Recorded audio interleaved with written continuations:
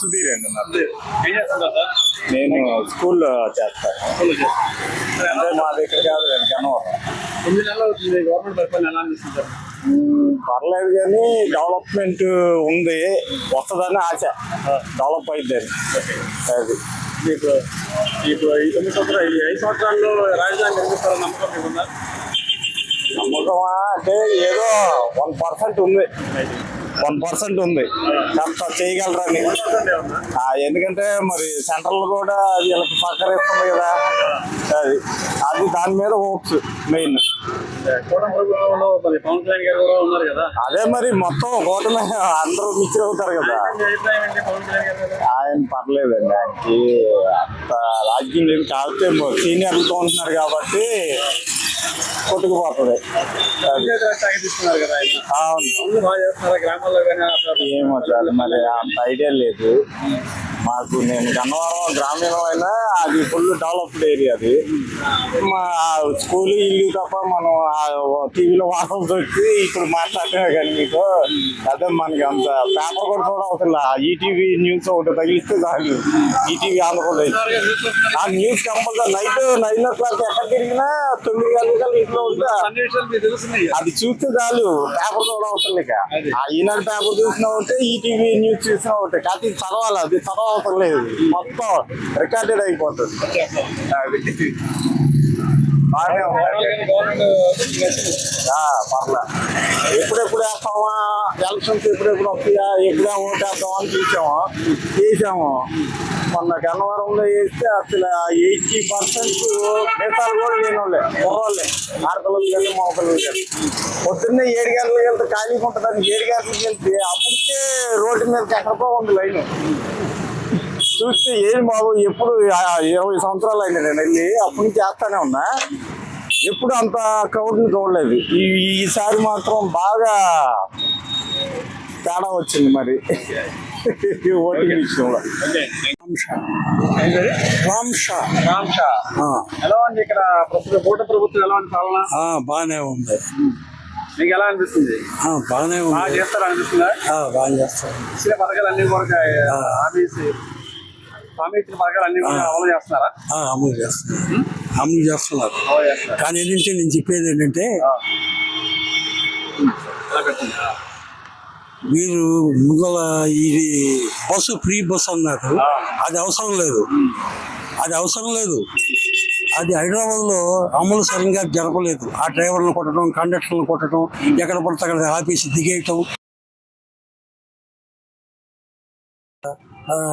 చాలా లోతులో కూరిగిపోయింది. అప్పుడు లోతులో అవన్నీ చేసుకుంటూ రావాలంటే చాలా కష్టం. అందుకనే అది ఓపోయినా పర్వాలేదు, ఫ్రీ బస్సు లేకపోయినా పర్వాలేదు, పెడితే హాఫ్ టికెట్ పెట్టాలి. హాఫ్ టికెట్ ఎవరికైనా సరే తగ్గించాలి. హాఫ్ టికెట్ అంటే 200 ఉంది, 100, 300 ఉంది, 150. అదన్నమాట ప్రభుత్వం. గవర్నమెంట్ లో రాజధాని కంప్లీట్ చేస్తారా? మరి ఎందుకు చేయదు? 4 గంటలు అయిపోయిందండి ఎప్పుడు అది. నేను రాజధానిలో ఉండే మంగళగిరి. రాజధాని మొత్తం పూర్తి చేస్తారా? అయిపోతుంది. ఒక ఏమవుతుందండి, ఢిల్లీ చేతిలో ఉంది ఆయనకి, అయిపోతుంది. పవన్ కళ్యాణ్ గారి మీద మీ అభిప్రాయం? ఆయన ఇద్దరు అందరూ కలిసి నడిస్తే బాగుంటుంది. సపరేట్గా ఉంటే నాకెందుకు ఉంటే అది నడవదు. ఆయన పంచాయతీరాజ్ శాఖ తీసుకున్నారు కదా, తీసుకున్న తర్వాత పనులు ఎలా చేస్తున్నారు? పనులు చేస్తున్నారు కానీ మొన్న అదొకటే వచ్చిన చికాకు అక్కడది. ఎవరిది కాశీనాయన, కొంతకి కాశీనాయనది మొన్న జరిగింది కదా, పడగొట్టేశారు అన్నదాన సత్వం. అదొకటే అది రాంగ్ అయింది. అది దానికేమో క్షమాపణ లోకేష్ గారు చెప్పారు, బాగానే ఉంది. ఈయన గ్రామీణాభివృద్ధి పంచాయతీరాజ్ శాఖ తీసుకున్న తర్వాత పల్లెటూర్లు కానీ గ్రామాలు కానీ కూడా ఏమైనా అభివృద్ధి కొద్దిగా అక్కడక్కడ చేస్తున్నారు. రోడ్లు చేస్తున్నారు, పర్వాలేదు, సమ్ బెటర్. చెప్పండి సార్. నా పేరు జి నారాయణ అండి. సార్, ఇప్పుడు 9 నెలలు అవుతుంది గవర్నమెంట్ వచ్చి. ఎలా ఉంది పరిపాలన, ఎలా ఉంది? బాగానే ఉందండి, అన్ని బాగానే ఉన్నాయి, అన్ని బాగానే చేస్తున్నారు. ఎంతమంది గవర్నమెంట్ మీద పర్లేదు, అంటే ఇచ్చిన హామీలు అన్ని కూడా నెరవేరుస్తున్నారు. నెరవేరుతారు. ఒకటి చేస్తారు, రోడ్లు వేస్తున్నారు, అన్ని వేస్తున్నారుగా, నిజంగా అన్ని చేస్తారు. అది విషయం, అంతా బాగానే ఉంది, ఇంత ముందులాగేం లేదు.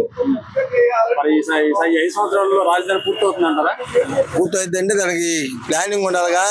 అంతమంది వాళ్ళు మొదలు పెట్టలేదు, వీళ్ళు కొద్దిగా మొదలు పెట్టి చేస్తున్నారు. ఏదో రాజధాని పోలారం ఉంటే చేస్తున్నారు, కొద్ది వర్కులు మొదలైనవి చేస్తున్నారు కొద్దిగా. అది విషయం. పవన్ కళ్యాణ్ గారి మీద మీ అభిప్రాయం? బాగానే అభిమానం, ఆయన కూడా బాగానే చేస్తున్నాడు, అన్నీ బాగానే ఉన్నాయి. ఆయన కూడా డెవలప్ అవుతాడు. చెప్పాడు 10 ఏళ్ళ దాకా కలిసి ఉంటామని, ఇంక నేర్చుకోవాలి కదా. కంపల్సరీగా ఇది 10 సంవత్సరాలు కొనసాగుతారా కలిసి? కొనసాగితే బాగుంటుంది. ఈయనకి కొత్తగా వస్తే ఈయనకి ఏం తెలియదుగా, సీనియర్టీ కావాలి కదా, దేనికైనా సీనియర్టీ అయిన తర్వాత అప్పుడు అది. మరి ఇప్పుడు ఆయన పంచాయతీరాజ్ శాఖ తీసుకున్న తర్వాత పల్లెటూరు కానీ గ్రామాలు కానీ ఏమైనా అభివృద్ధి చెందాయా? అభివృద్ధి అంటే ఆ కొండలో కూడా రోడ్డు వేస్తారు కదండి, మొత్తం అంతా రోడ్లు వేస్తున్నారు, అన్ని చేస్తున్నారు. ఎక్కడ? కొండల్లో కూడా రోడ్డు వేశారు కదా, అది గిరిజనులు ఉన్నట్టు అక్కడ కూడా వెళ్ళారు. అంతమంది ఎవరు వెళ్ళాడు, ఒక ఎమ్మెల్యే వెళ్ళలేదు, ఎవడు వెళ్ళలేదు. మరి ఈయన వెళ్ళి అన్ని చేసి రోడ్లు వేస్తున్నారు, అన్ని చేస్తున్నారుగా. ఎంతమంది పరిపాలన చాలా పర్వాలేదు, అంతా బాగుంది. ఎంతమంది అంతా అన్నారు నాన్న పలకా నొప్పిగా ఏమన్నా ఇలా మాటలు లోనే చేయడం తీసుకెళ్ళండి. అది విషయం. మొన్న జనసేన ఆవిర్భావ సభ పెట్టారు కదా, అందులో పవన్ కళ్యాణ్ గారు కొన్ని వ్యాఖ్యలు చేశారు. విన్నారా మీరు? ఏం వెళ్ళలేదండి. అంటే ఇప్పుడు 40 సంవత్సరాల అనుభవం ఉన్న తెలుగుదేశం పార్టీని కూడా మేము నిలబెట్టామని చెప్పి అన్నారు. మరి అంతేగా, మరి అంతకుముందు ఓడిపోయింది, మరి ఈయన వచ్చి నుంచే పెట్టి మళ్ళీ జైల్లో ఉన్న మాట్లాడి అన్ని చేశాడుగా. ఇంకొద్ది పర్లేదు, బాగానే చేశాడుగా. ఆయన నిలబెట్టాడు, ఆయన కూడా నిలదొక్కున్నాడు. ఆయన కూడా మరి 21 సీట్లు 20 సీట్లు పార్లమెంట్ సీట్లు వచ్చినాయి, అన్ని వచ్చినాయి. మరి ఆయన మాజీ సీఎం గారికి ఏం రాలేదు కదండి. ఆ మాట అంటున్నా తప్పే లేదా? తప్పే ఉంది, తప్పేం లేదు, కరెక్ట్ అది. ఇప్పుడు ఈయన నుంచున్నాడు, వాళ్ళ నుంచి పెట్టాడు. అదే ఎక్కడ సపరేట్ పోటీ చేస్తే అవి కూడా వచ్చాయి కదా, మొత్తం మాజీ సీఎం అయ్యేవాడు. అది విషయం. చెప్పండి, ఎక్కడ వచ్చారు మీరు? మేము తిరువురు కాన్స్టిట్యున్సీ అండి. మేము ఇప్పుడు దాదాపుగా గవర్నమెంట్ ఫామ్ అయ్యి కూడా 5 సంవత్సరాలు అవుతుంది. పరిపాలన ఎలా ఉంది సార్? ఈరోజు నారా చంద్రబాబు నాయుడు గారి నాయకత్వంలో కూటమిలో భాగంగా జనసేన పార్టీని కానీ ఇటు బీజేపీ పార్టీని కానీ 2 పార్టీలని అనుసంధానం కలుపుకుంటూ ఇవాళ ప్రజలకి ఏం కావాలి, ఏ అవసరాలకి ప్రభుత్వం ఏ విధంగా తోడ్పాటు చేయగలదో, అందించగలదో అనే ముఖ్య ఉద్దేశంతో లోటు బడ్జెట్లో ఉన్నా కానీ అప్పుల పాలైన రాష్ట్రాన్ని గాడిలో పెట్టడానికి ఒక విధంగా అన్ని విధాల సహాయ సహకారాలు అందించుకుంటూ వారికి కావాల్సినటువంటి ఎటువంటి అవసరాలకి ఏ విధంగా ప్రభుత్వం తోడ్పడగలదు అనే ఉద్దేశంతో, ముఖ్య ఉద్దేశంతో ఇవాళ రాష్ట్రాన్ని ముందుకు నడిపించడంలో నారా చంద్రబాబు నాయుడు గారి కృషి అంతా ఇంత కాదు. రాజధాని ఒక ఎత్తు అయితే పోలవరం ప్రాజెక్టు మరో ఎత్తు అయి ఇవాళ రెండింటిని 2 కళ్ళలాగా ఎత్తిస్తూ సంక్షేమాన్ని అభివృద్ధిని కూడా రెండింటినీ కూడా ఒక గాడిలో పెట్టడానికి ఆయన నిరంతరం కృషి చేస్తున్నారు. ఈ కృషిని కార్యకర్తలు కానీ నాయకులు కానీ అందరూ అర్థం చేసుకొని ఆయనకి సహాయ సహకారాలు అందించాలని. ఈరోజు ఇంకొక విషయం ఏంటంటే ఎమ్మెల్యేలు అందరూ కొత్త ఎమ్మెల్యేలు కాబట్టి వాళ్ళని కూడా ఇవాళ లోకేష్ గారు కానివ్వండి, చంద్రబాబు నాయుడు గారు కానివ్వండి, పవన్ కళ్యాణ్ గారు కానివ్వండి సమన్వయంతో అందరినీ ముందుకు నడిపించడంలో తమ వంతు అన్ని విధాల సహాయ సహకారాలను అందిస్తూ ప్రజలకి సేవ చేయాలనే ముఖ్య ఉద్దేశంతో ఇవాళ పరిపాలన సాగడం జరుగుతుంది. ఒకేసారి నెరవేర్చడం అనేది అసాధ్యమండి. నిదానంగా ఒక్కొక్కటిగా ముందు చాలా వరకు నెరవేర్చడానికి ప్రయత్నాలు చేస్తున్నారు. ఇంకా త్వరలోనే మిగిలినవన్నీ కూడా మే నెలలో తల్లికి వందనం కానీ, అన్నదాత సుఖీభావ కానీ అన్నీ వేసి ఇంకా మిగిలిన పథకాలు కూడా ముందుకు తీసుకెళ్ళడానికి ప్రయత్నాలు చేస్తున్నారు. లోటు బడ్జెట్ ఉంది కాబట్టి దాన్ని గ్రోత్ పెంచుకో, అభివృద్ధిని మనం ఆర్థిక అవసరాలను మనం నింపుకోవాలి కాబట్టి వాటిని కూడా అన్ని విధాలకు కృషి చేస్తున్నారు. ఇవాళ ఆర్థిక మంత్రి పయ్యావుల కేశవులు గారు మీద పెద్ద భారం పెట్టి ఇవాళ ఆయన ఈ అప్పుల్ని ఏ విధంగా తట్టుకోవాలి, సంక్షేమాన్ని ఏ విధంగా నడపాలి, అభివృద్ధిని ఏ విధంగా చేయాలి అనేది ఇవాళ ముళ్ళ కిరీటం మీద కూర్చోబెట్టినట్టు పయ్యావుల కేశవులు గారిని కూర్చోబెట్టి ఇవాళ చంద్రబాబు నాయుడు గారి నాయకత్వంలో, పవన్ కళ్యాణ్ గారి నాయకత్వంలో, బీజేపీ పురంధేశ్వరి గారు కానివ్వండి, అటు మోడీ గారు కానివ్వండి, అందరి నాయకత్వంలో కేంద్ర సహాయ సహకారాలను తీసుకుంటూ ఇవాళ పరిపాలన సాగించడం జరుగుతుందండి. లాస్ట్ గవర్నమెంట్ లో రాజధానిని ఏర్పరచకుండా ఊరు ముక్కలాట ఆడినట్టుగా చేశారు. ఈసారి గవర్నమెంట్ లో చంద్రబాబు నాయుడు గారు 5 సంవత్సరాల్లో రాజధాని కంప్లీట్ చేస్తారంటారా? తప్పకుండా చేస్తారండి. లాస్ట్ గవర్నమెంట్ లో చేసినటువంటి అభివృద్ధి కాదండి జరిగింది, అరాచకం జరిగింది. ఆ అరాచకాన్ని ఎదుర్కొని వాళ్ళ ప్రజలందరూ తగిన బుద్ధి చెప్పారు. వాళ్ళకి 11 సీట్లకి ఇచ్చి తగిన బుద్ధి చెప్పారు అనుకుంటున్నాం. ఇవాళ రాష్ట్రాన్ని కానీ రాజధాని కానీ అన్నింటినీ కూడా మన దేశంలోనే ప్రథమ స్థానంలో ఉంచే విధంగా చంద్రబాబు నాయుడు కృషి ఇవాళ విజన్ 2047కి తీసుకొచ్చి ఇవాళ అందరినీ ప్రజల్లో చైతన్యం తీసుకొస్తున్నారు. అదేవిధంగా యువతలో చైతన్యం తీసుకొస్తున్నారు. యువతకి ఉద్యోగాల అవకాశాలు కల్పిస్తున్నారు. ఇండస్ట్రియల్ తీసుకొస్తున్నారు. అన్ని విధాల రాష్ట్రాన్ని అభివృద్ధి చేయడానికి చంద్రబాబు నాయుడు గారి తోడ్పాటు 24 గంటలు ఆయన అదే ఆలోచనతో పనిచేయడం జరుగుతుంది. వైఎస్ఆర్సీపీ గత 5 సంవత్సరాలు అరాచక పాలన చేసింది కాబట్టి 11 సీట్లు ఇచ్చారని చెప్పి మీరు అన్నారు. కానీ ఇప్పుడు ఆయన 11 సీట్లతో ప్రతిపక్ష హోదా అడుగుతున్నారు. ఇవ్వచ్చు అంటారు? అది ప్రతిపక్ష హోదా అనేది ప్రజలు ఇచ్చేదండి, మనం ఇచ్చేది ఎవరో ఇచ్చేది కాదు. రాజ్యాంగానికి అనుగుణంగా రాజ్యాంగ నియమాలకు అనుగుణంగా ఇస్తారు తప్ప ఎక్కడో ఆయనే అన్నారు ఇంకొక 5 సీట్లు నేను లాక్కోగలిగితే ప్రతిపక్ష హోదా కూడా నీకు దక్కదని చంద్రబాబు నాయుడు గారిని ఎద్దేవా చేశారు. మరి 5 సీట్లు లాక్కొని ప్రతిపక్ష హోదా దక్కదని ఆనాడు చెప్పి ఇవాళ నాకు ప్రతిపక్ష హోదా లేని దాన్ని నాకు కావాలంటాం సమంజసం కాదు. ప్రజల్లోకి వెళ్ళండి, ప్రజా సమస్యలు తెలుసుకోండి, ప్రజలకు ఏమన్నా లేని అవసరాలు ఏమన్నా ఉంటే దాన్ని నిత్యం పోరాడండి. ప్రజలకు సేవ చేసే విధంగా ప్రభుత్వం ఏ విధంగా సేవ చేయాలి, చేయని ఏమన్నా ఉంటే దాని మీద పోరాడాలి తప్ప ప్రతిపక్ష హోదా వస్తేనే ప్రజలకు సేవ చేయాలనే ఇది లేదండి.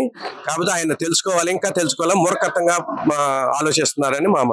అటువంటి ప్రతిపక్ష హోదా లేని నాయకుడు కూడా పవన్ కళ్యాణ్ గారు పవన్ కళ్యాణ్ గారు మిమ్మల్ని జర్మనీలో అయితే ప్రతిపక్ష హోదా దొరుకుతుంది, మీరు అక్కడికి వెళ్ళిపోవచ్చు అని వ్యాఖ్యలు చేశారు పవన్ కళ్యాణ్ గారు. జగన్మోహన్ రెడ్డి గారికి చెప్పారు.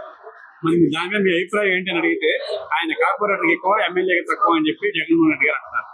సరే, ఇవాళ ఎక్కువ తక్కువ అనేది ప్రజలు నిర్ణయించారు. ఆయన ఎక్కువ తక్కువ అనేది 21కి 21 సీట్లు ఆయనకి ఇచ్చారు. ఈయనకి 175కి 175 అన్నోడికి 11 సీట్లు ఇచ్చారు. రాష్ట్ర ప్రజలు నిర్ణయించారు. అది మనం చెప్పుకునేది కాదు, ప్రజలు నిర్ణయించేది. ప్రజల ద్వారా ఎన్నుకోబడిన రాజ్యాంగ ప్రభుత్వం కాబట్టి ప్రజలు నిర్ణయించేవి. సార్, మొన్న జనసేన ఆవిర్భావ సభ జరిగింది కదా సార్, అందులో కొన్ని వ్యాఖ్యలు అయితే చేశారు పవన్ కళ్యాణ్ గారు. అంటే గత 40 సంవత్సరాలుగా ఉన్నటువంటి తెలుగుదేశం పార్టీని నిలబెట్టాము, అలాగే మేము నిలదొక్కుకుందాం అని చెప్పి అంటున్నారు. ఇది నిజంగా ఆయన నిలబెట్టిన పార్టీ అని అంటారా? అంటే ఇద్దరు సమన్వయంతో పనిచేశారు. బోత్ పార్టీలు రెండు సమన్వయంతో పనిచేయబట్టి ఎంత మెజారిటీ వచ్చింది, ఎన్ని సీట్లు వచ్చినాయి అని మా అభిప్రాయం. మన ఎమ్మెల్సీ నాగబాబు గారు అయితే ఉన్నారు కదా, ఇప్పుడు ఆయనకి ఎమ్మెల్సీ కూడా దక్కింది. అయితే ఆయన కూడా కొన్ని వ్యాఖ్యలు చేశారు. పిఠాపురం గెలుపుకి కారణం పవన్ కళ్యాణ్ గారు అంటే కార్యకర్తలు, జనసేన కార్యకర్తలు తప్ప మరొకళ్ళు అని అనుకుంటే అది వాళ్ళ కర్మ అంటున్నారు. అది ఆయన అభిప్రాయం ఆయన చెప్పారు, మా అభిప్రాయం మేము చెప్తాం. అట్లా అని కాంట్రవర్సీ కాదండి. ఇద్దరు 2 చేతులు కలిస్తేనే విజయానికి తోడ్పడిందని మా అభిప్రాయం. అంత మెజారిటీ వచ్చిందని మా అభిప్రాయం అండి.